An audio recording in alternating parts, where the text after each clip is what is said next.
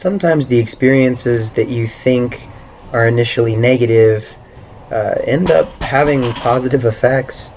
And I can really relate to that after today's workout. You notice this isn't the garage. I went back to the rec center. I'm still waiting for the space heater to be delivered to my place so that my garage is really usable.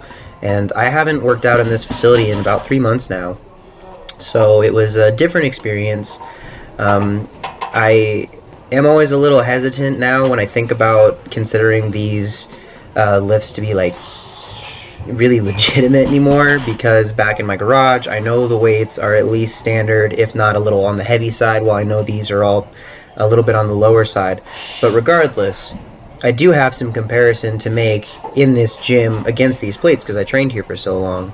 But I did this top set of 655. I did 7 reps, and I went to go check the camera and realized that it was not filming any of it, and so I was super frustrated. I was excited because it was a big PR for me, even relatively speaking, but I was just kind of, it's like a YouTuber's worst nightmare is to do a PR set and not get it on camera. And so I said, well, I'll just try it again. Worst case scenario, I get some more volume in. Best case scenario, who knows? And I ended up repeating the set a few minutes later, and that was a pretty crazy feeling. Definitely a PR in whatever facility I've done. I think my best in my place is 645 for 2 sets of 5, and I don't think I've ever gone 655 beltless for more than 4 reps, or 4 reps no matter where I've been. So even if there was 10 pounds less on the bar than I had expected because of the weight difference, it was still at least a rep PR. But here we have 365 again. I feel like that was a little bit easier than the 355 I hit on Tuesday, but I was just getting some extra volume in afterwards. I wanted to work my way up, but I think you have to be careful when you go to commercial gyms. It's way easier for me to ego lift and do things not necessarily because they're planned, but because, you know, going and doing a single in my place, doing a single in my garage is just because I feel like I should do a single.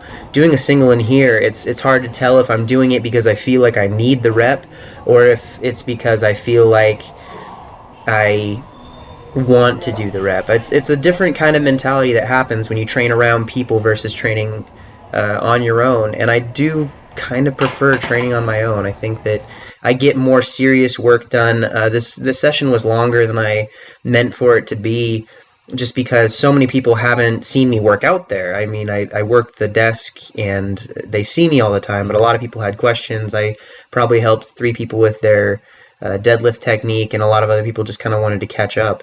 And so, you know, conducive to optimal training, not really in my experience, but it is a good time to go back and kind of, you know, train at some old places you've trained before and enjoy being with those people, even if it doesn't feel as serious. So thank you guys for watching. I hope you enjoyed the video. I know it's kind of short. I wish I would have had some more footage for you, but I didn't do a whole lot that workout. So overall, that's where we're at, and probably go back for squats to the rec center, at least until that heater gets there, and hopefully I'll have my new bar soon.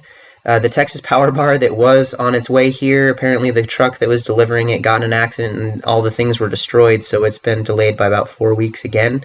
So hopefully by next week we should have the new one, and I won't have to lift on a bent bar, and the heater should be here next week, so I won't have to lift in 15 or below degree weather.